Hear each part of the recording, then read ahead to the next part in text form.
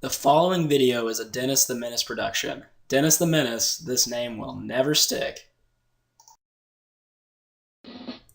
On this episode of Is That Going to Be on the Exam, we look at GPS networks.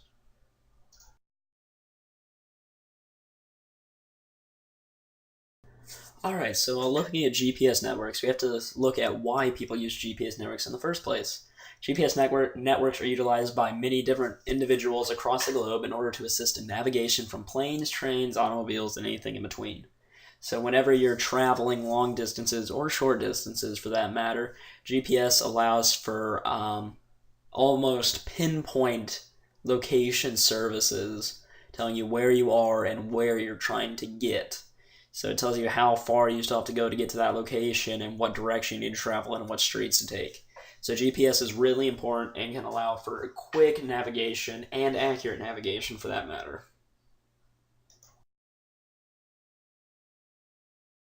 Alright, so the next obvious question is, of course, how do GPS networks work?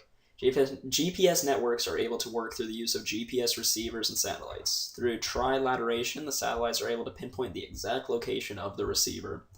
So by what this means is that the receiver has like a little like homing its like location in it, and it sends out a signal, usually a radio signal, to satellites up in space.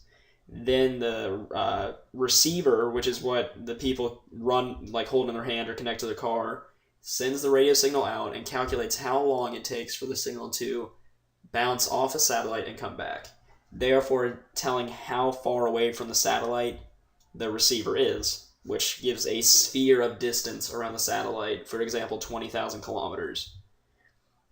So then, through the use of multiple different satellites, you can get intersecting points on those satellites, and using those intersecting points, you can find out which point exactly the GPS is at, because there's a wide range of 20,000 kilometers around a satellite, most of which is in space.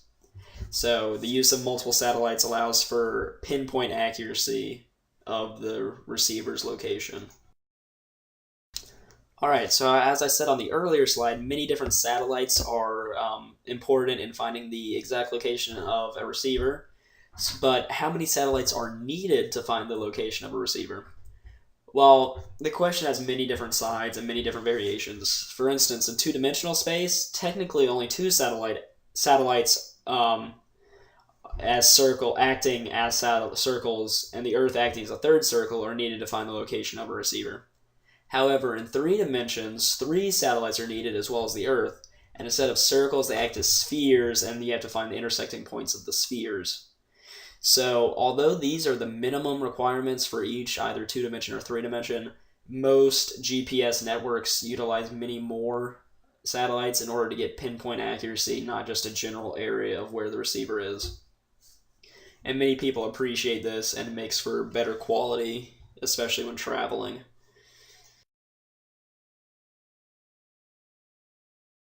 Alright, and finally we're going to look at mobile phone tracking. Locations of mobile phones can be found in a similar way by comparing the distance between phones and nearby cell masts. So much like GPS networks, mobile phones can be tracked, as well as the fact in modern day cell phones, many are equipped with GPS systems, so you could simply just use the GPS system installed in the phone to find the location.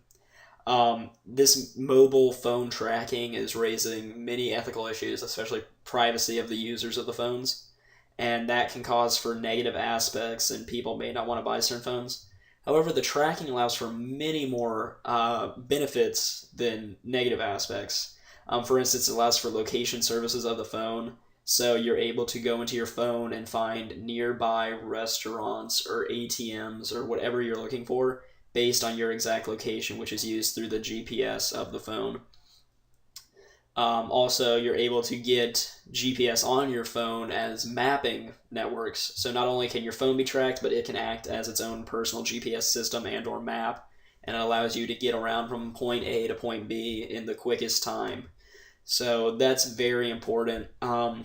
It's my personal opinion that the positives outweigh the negatives in this scenario. So although a little bit of privacy is being given up, it allows for a lot more to occur by using your cell phone, and I think it's a good payoff in the end. So That's it for GPS networking. You can see the importance of it in modern day society and the importance of it in an information technology in a global society. So that's it.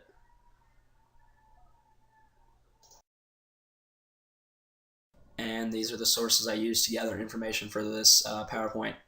Thank you very much for watching another Dennis the Menace production video. Dennis the Menace Productions. I can't believe that name stuck.